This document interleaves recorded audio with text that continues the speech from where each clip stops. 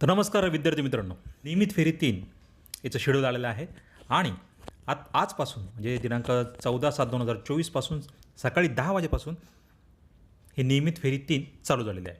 बघा मित्रांनो, शेड्यूल थोडक्यात समजून घेऊया आणि तुम्हाला काही जे डाऊट्स आहे ते कमेंट्स करून विचारू शकतात. तसेच आता हा व्हिडिओ कोणासाठी आहे, ज्या मुलांनी पार्ट 1 फॉर्म भरलेला आहे आणि पार्ट 2 फॉर्म भरायचा राहून गेला मागच्या वेळेस, तसेच ज्या कोणी मुलांनी अजून रजिस्ट्रेशनच केलेलं नाही त्यांच्यासाठी, जसेच ज्या मुलांचं अलॉटमेंट झालेलं नाही अशांसाठी, किंवा ज्या पहिली फेरी जेव्हा चालू झाली होती, पहिल्या फेरीमध्ये ज्यांना कॉलेज अलॉट झालं आणि त्यांनी त्या कॉलेजला ॲडमिशन घेतलं नाही अशांसाठी, सर्वांसाठी हा व्हिडिओ आहे. मित्रांनो, काळजीपूर्वक नीट लक्ष देऊन व्हिडिओ ऐका.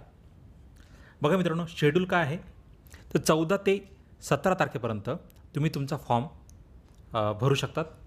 ज्या कोणी विद्यार्थ्यांनी रजिस्ट्रेशन केलेलं नाही तर ते 14 तारखेपासून तुमचं रजिस्ट्रेशन करू शकता. तुम्ही रजिस्ट्रेशन करा, त्यानंतर पार्ट 1 फॉर्म भरा, त्यानंतर तो लॉक करा आणि व्हेरीफाय करा. व्हेरीफाय केल्यानंतर तुम्हाला तुमचा पार्ट 2 फॉर्म भरायचा आहे. पार्ट 2मध्ये तुम्ही तुमचे पसंतीक्रमानुसार तुमचे कॉलेज निवडायचे आहे. कमीत कमी 1 कॉलेज आणि जास्तीत जास्त 10 कॉलेज तुम्ही निवडू शकतात. त्यानंतर पुन्हा फॉर्म लॉक करा. जर फॉर्म लॉक केला नाही तर तिसऱ्या फेरीच्या मेरिट लिस्टमध्ये तुमचं नाव येणार नाही. भरपूर मुलं असे करत नाही, पार्ट 2 फॉर्म भरल्यानंतर लॉक करत नाही. तर अशा विद्यार्थ्यांनी काळजी घ्या, फॉर्म लॉक करा. त्यानंतर ज्या कोणी विद्यार्थ्यांचे पहिल्या राऊंडमध्ये, जेव्हा सुरुवातीला पहिली राऊंड लिस्ट आली होती, त्या राऊंडमध्ये ज्यांना अलॉटमेंट झालं होतं 1 नंबरचं कॉलेज, पहिला प्रेफरन्स ज्यांनी दिला होता आणि ते 1 नंबरचं कॉलेज त्यांना अलॉट झालं होतं, पण त्या विद्यार्थ्यांनी त्या कॉलेजला ॲडमिशनच घेतलं नाही. तर अशा विद्यार्थ्यांचं काय? मित्रांनो, अशा विद्यार्थ्यांना जी मागची फेरी होती 2 नंबरची फेरी, यामध्ये बाद करण्यात आलं होतं. कारण त्यांनी पहिला प्रेफरन्स देऊनही ते कॉलेजला त्यांनी ॲडमिशन घेतलं नाही, त्यामुळे त्यांना दुसरी फेरी ही बाद करण्यात आली होती. पण आता तिसऱ्या फेरीला त्यांना चान्स दिलेला आहे. तिसरी फेरी तुम्ही तुमचा फॉर्म भरू शकतात, तुमचा फॉर्म एडिट करू शकतात, सर्व गोष्टी तुम्ही करू शकतात. बरं, आता मागच्या दुसऱ्या राऊंडमध्ये, आता ही लेटेस्ट जी मागची राऊंड झाली त्या राऊंडमध्ये ज्यांचा नंबर लागलेला नाही अशा विद्यार्थ्यांनी जर तुम्हाला कॉलेज चेंज करायचे असतात तर तुम्ही फॉर्म एडिट करू शकतात. पार्ट 2 फॉर्म तुम्ही एडिट करू शकता. कोण एडिट करू शकतं? ज्यांचं मागच्या वेळेस अलॉटमेंट झालेलं नाही, किंवा त्यांनी पार्ट 2 फॉर्म मागच्या वेळेस भरलेला होता पण अलॉटमेंट झालेलं नाही, किंवा ज्यांना पहिला प्रेफरन्सचं कॉलेज मिळालं नाही, इतर कॉलेज मिळाले, तर अशी मुलेसुद्धा फॉर्म एडिट करू शकतात. बरं, फॉर्ममध्ये काय काय एडिट करू शकतात? तर एक गोष्ट, फॉर्ममध्ये तुम्ही तुमची स्ट्रीम निवडू शकता, चेंज करू शकता स्ट्रीम.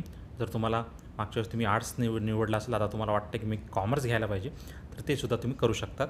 त्यानंतर मागच्या वेळेस तुमच्याकडे कास्ट सर्टिफिकेट नसेल, तुम्ही ओपनमध्ये फॉर्म भरला असेल, जनरलमध्ये फॉर्म भरला असेल, तर आता तुमच्याकडे कास्ट सर्टिफिकेट आलेलं असेल तर तुम्ही तुमची कास्टसुद्धा चेंज करू शकतात.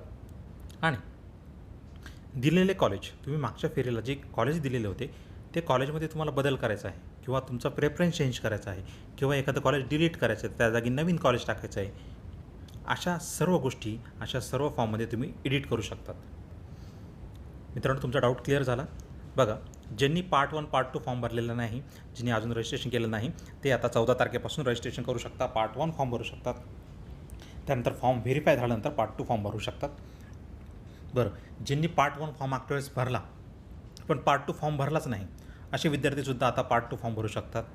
किंवा ज्यांनी पहिल्या फेरीमध्ये ज्यांना कॉलेज अलाउड झालं 1 नंबरचं आणि ते नेक्स्ट राऊंडसाठी प्रतिबंधित केलेलं होतं त्यांना, तर ते सुद्धा या फेरीसाठी आता अप्लाय करू शकतात, इलिजिबल आहेत. या सर्व गोष्टींचं क्लिअर झालं तुमच्या? बरं, आता बघा मित्रांनो, हे शेड्यूल थोडक्यात समजून घेऊया. 14 ते 17 तारखेपर्यंत तुम्ही तुमचा पार्ट 1 पार्ट 2 फॉर्म भरा.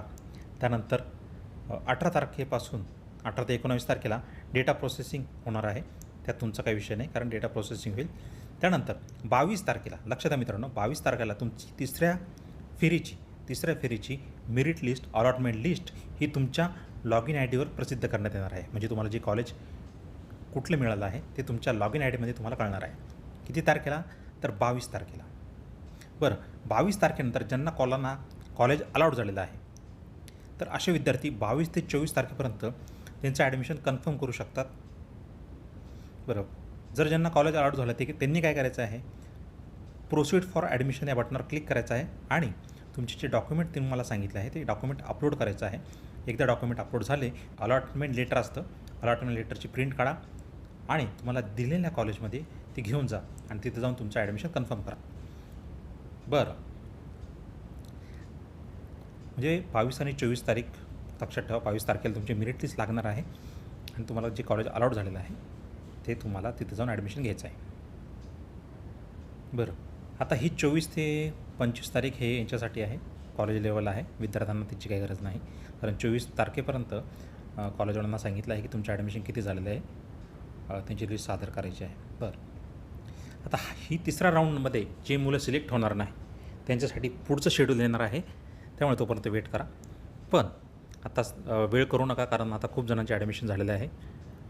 अनेक विद्यार्थ्यांनी फॉर्म लॉक करत नाही.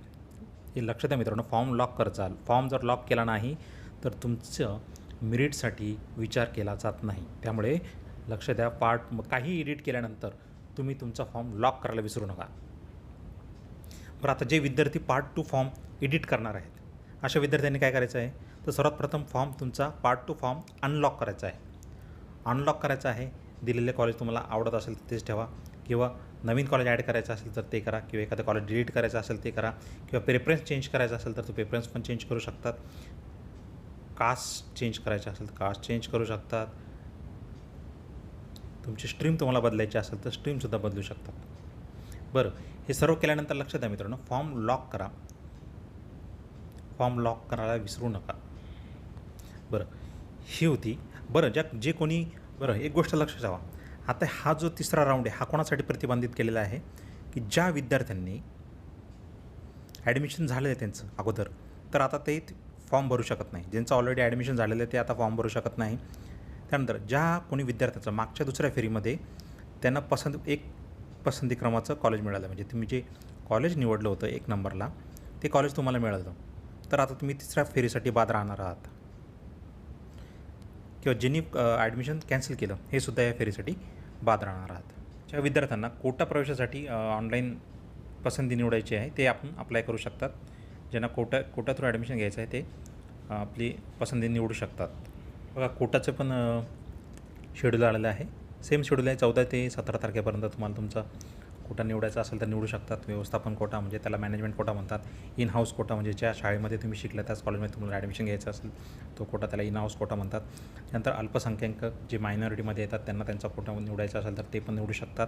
या सर्व गोष्टी तुम्ही 14 तारखेपासून निवडू शकता. तर मित्रांनो, हा होता 11वी ॲडमिशनसाठी जी तिसरी फेरी आहे त्याचं शेड्यूल काय आहे आणि तसेच काही महत्त्वाच्या टिपण्या आहेत त्या संदर्भात व्हिडिओ बनवला होता. मित्रांनो, व्हिडिओला आवडला असेल तर लाईक करा, नवीन असं चॅनलला सबस्क्राईब करा, जेणेकरून असेच नवीन व्हिडिओ, नवीन माहिती आपल्यापर्यंत पोहोचतील. तर मित्रांनो, आता तुमची रजा घेतो. तोपर्यंत जय हिंद, जय महाराष्ट्र.